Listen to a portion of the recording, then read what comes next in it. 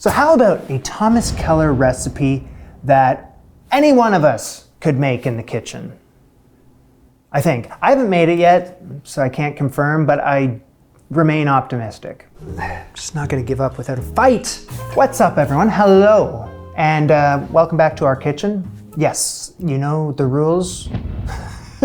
Please make yourself comfortable. Yeah, that is the big one. I insist. And what am I talking about? Let's just get straight to business here. I want to have fun cooking today.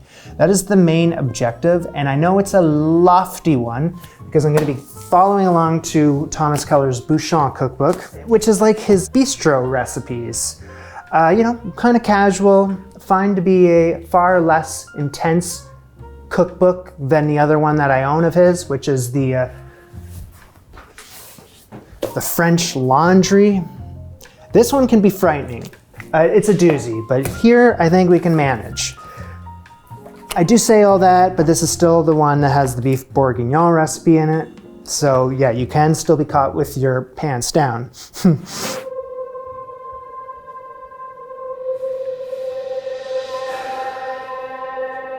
But we're going to turn the page on that to skirt steak with caramelized shallots and a red wine jus. That's what we're going to be making here. And then there's a salad there too. Now the photo really sold it to me. That and the fact that I had some skirt steak in the freezer that I wanted to use up. So it was like, okay, meant to be. So I'm going to cook this one up. I'm going to do it with a smile on my face most of the time.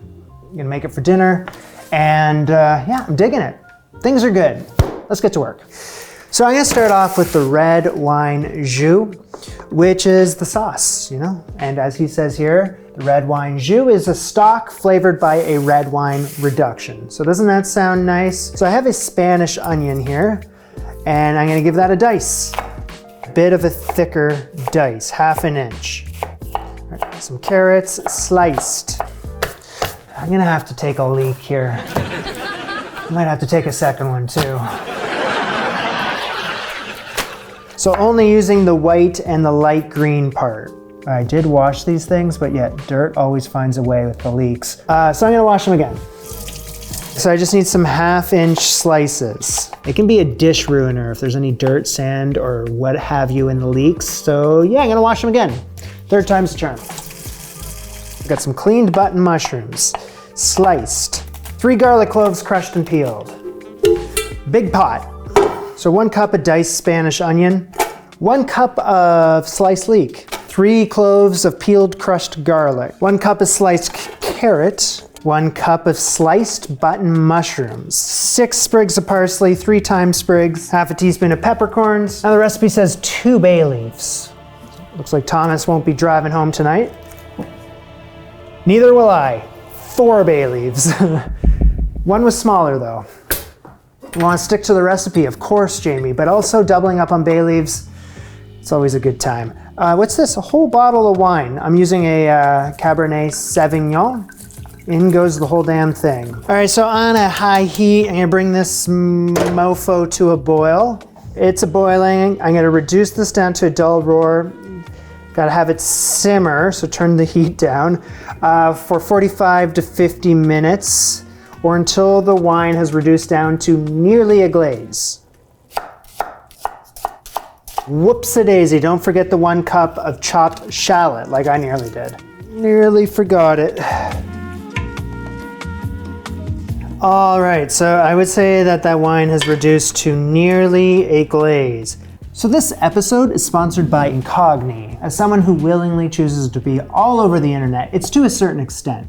Antichef, yes. My personal information, no. Like data collectors, they don't care. Yeah. Spammers are always gonna be spamming. You see? You see? Not now!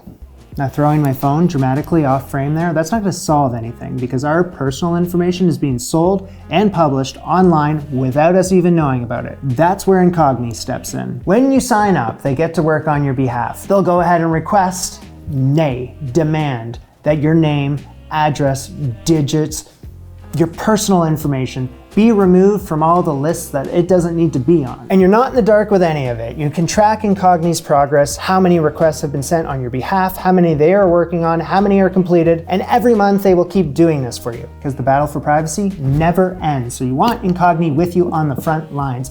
Linked in the description is a code for a big 60% off their annual plan. Thank you for the support, Incogni. So here is the pricey ingredient of the day.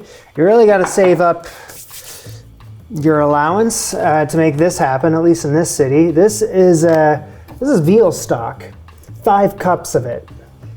If I wasn't filming the video, you could probably just use beef stock if you... They're on to me. You could probably just use beef stock if you wanted to, but because I'm filming the video, I gotta use veal stock. Veal stock. In goes veal stock. 5 cups worth. I mean, with something like this, you're gonna wanna make sure you get every last drop. Now I'm gonna bring that up to a simmer and I'm gonna leave it to simmer for 30 minutes. Bowl and sieve me, please.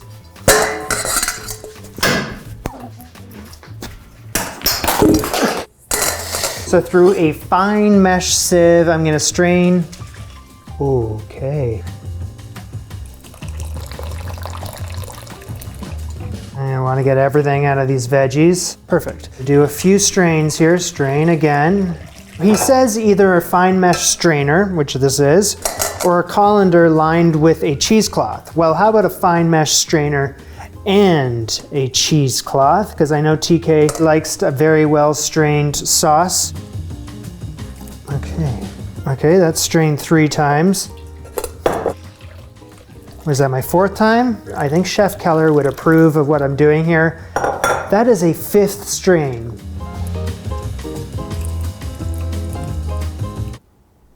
Reading this thing now, he says, do not press the vegetables into the strainer because impurities work their way through the mesh, which I did that.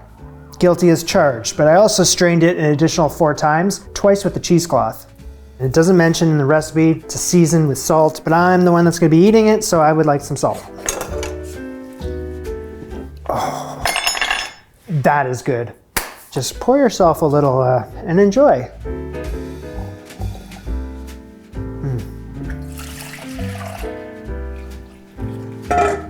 Nowhere is a good place for this, right here. Lowest heat possible. And keep it warm. All right, so I have what I'm hoping is gonna be around 2 cups of shallots. And I've already peeled them, that's out of the way. I just need to thinly slice them. Lengthwise. And then once you hit a certain point, flip it down and boom, boom, boom. Thinly sliced shallot. That's a shallot. Alrighty then, let's move on to the salad. We'll go with the salad first, then the main event with the steak, because if I lead with the steak, you might not stick around for the salad. So, yeah, it's a watercress salad. So you wanna wash your watercress, and then you wanna make sure that you check it for any snails. Because I once found a snail in the watercress. I named it Scott. It was like my anti-chef mascot for a day. The real ones know, or what the hell that is. That's a snail. Please welcome to the team for one day only, our team mascot, Scott the Snail. Had him off to the side while I was whipping up some watercress soup. It was a great day, up until the point that I threw a cookbook on top of him, smushed him. Scott's no more, he's gone. Blend the yolks and the cream in the mixing bowl. Now, it is a devastating end to the story, but I do have a tribute of him on my apron. I think about him every day. Scott, thinking about you now. Wash your watercress. Alrighty. What we want to do here is remove the large stems. C'est ça. I only need 2 to 3 ounces worth of the stuff, so that should be sufficient. But it is still very damp and soaking wet. So I think I'm gonna take it for a ride here. All right, a couple pumps with the spin doctor here, and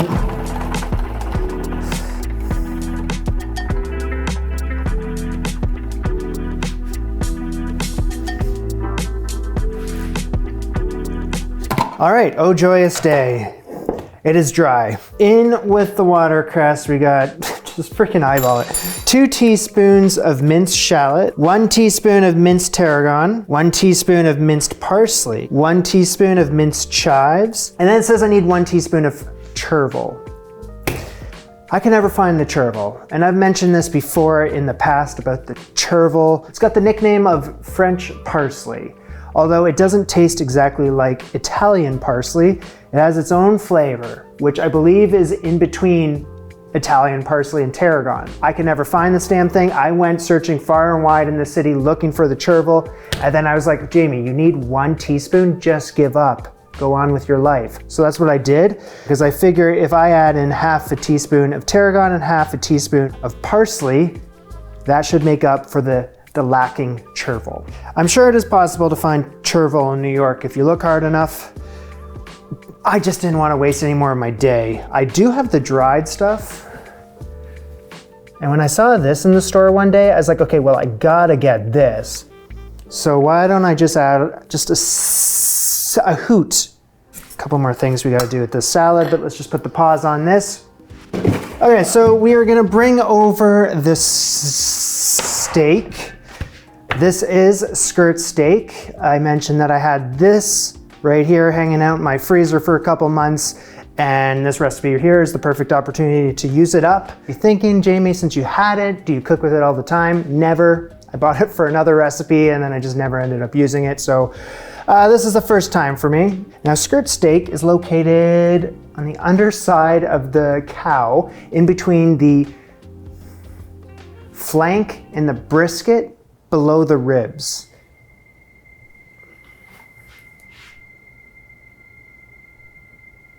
Nailed it. All right, so time for a little skirt steak education. And there's 2 different cuts of skirt steak, inside and outside cut. Inside is 1/4 to 1/2 inch thick, where the outside is 1/2 inch to 1 inch thick. I don't specifically know what cut this is. At the store, it was labeled skirt steak, but I did check out how thick this is, and it is 3/4 of an inch thick here. So I gotta believe by what I just said that this is the outside cut.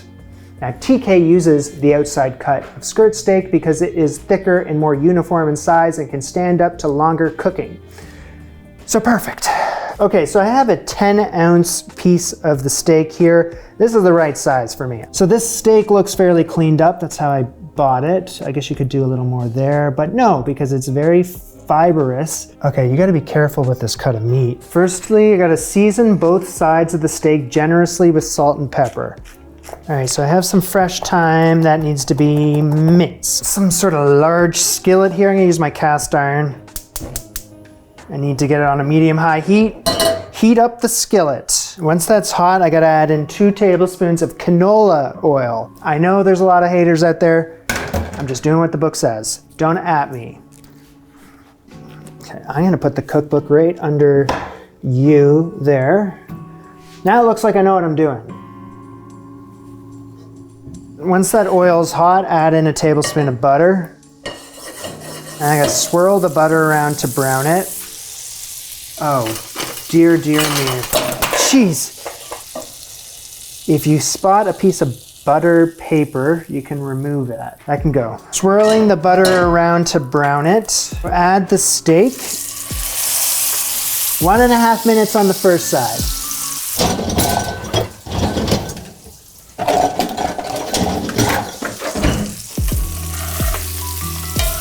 Give that a flip. Ooh. Then you can tilt the pan on its side and baste, and baste, and baste, and baste. So for another 1.5 minutes.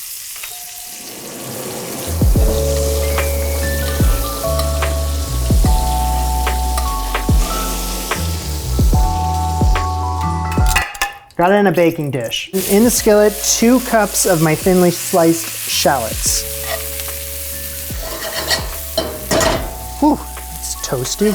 Okay, toss them, keeping this on that medium-high heat. I gotta cook these until they've softened. He says around 2 minutes.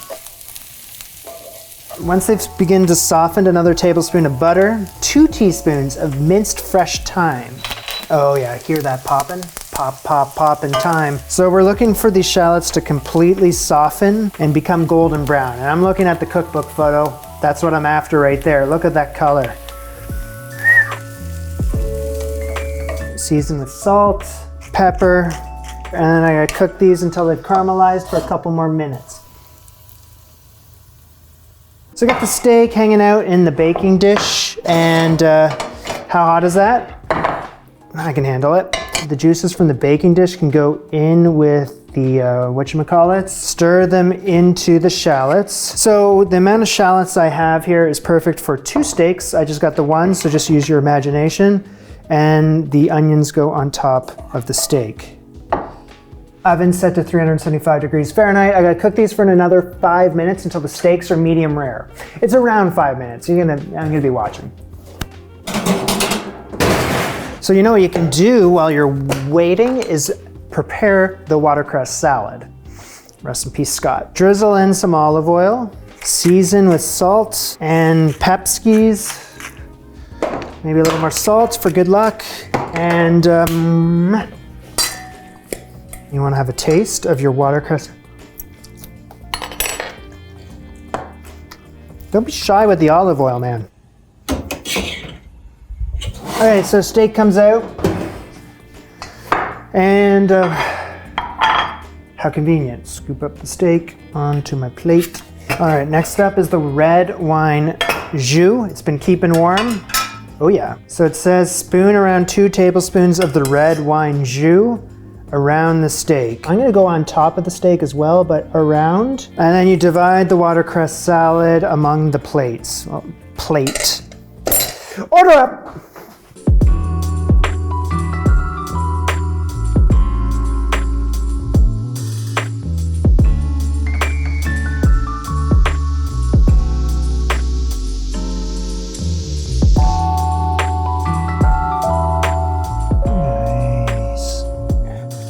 Oh, yes. All right, he wasn't lying when he said that the steak cooks uniformly because every slice of this sucker is perfectly cooked. I mean, it looks the part, but how does it taste, right?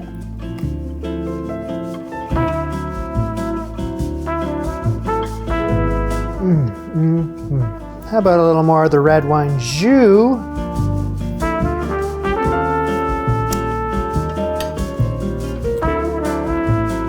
That was an absolute blinder. First of all, before I forget, the caramelized shallots were like candy. Yeah, very much like candy, and sweet and just soaked in rich sauce. No, red wine jus. Sauce, jus, what's the difference? I don't know. A sauce is a broader term for a thickened liquid used to accompany food, while a jus is a specific type of sauce made primarily from the natural juices of cooked meat, typically with minimal added ingredients and not thickened with flour or other agents. That's the difference.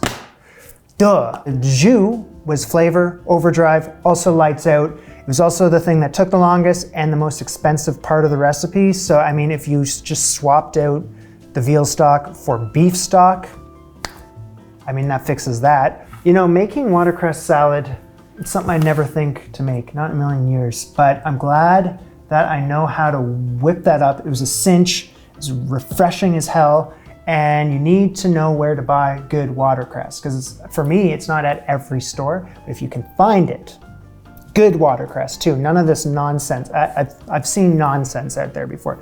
It's just like too many stems. Anyway, that's a whole other story.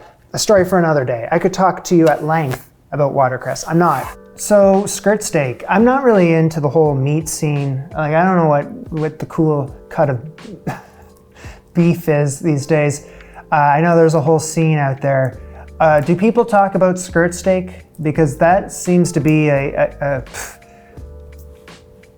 it felt like I was eating something very like luxurious, but it was inexpensive for steak. I mean, relatively speaking. I mean, Manhattan prices, don't get me wrong, but also cheaper than a lot of cuts of beef out there. And what, it was like 1.5 minutes on one side, 1.5 minutes on the other side, 3 minutes in total, then into the oven for like 4 to 5 minutes. And it was cooked beautifully, like tender, perfect, no complaints. Skirt steak is now my steak of choice. You'll find it with steak free, right? But other than that, do people talk about it a lot? Because they should, is my point. All right, this was Jamie and TK, Thomas Keller. Bon appetit. Just not gonna give up without a fight.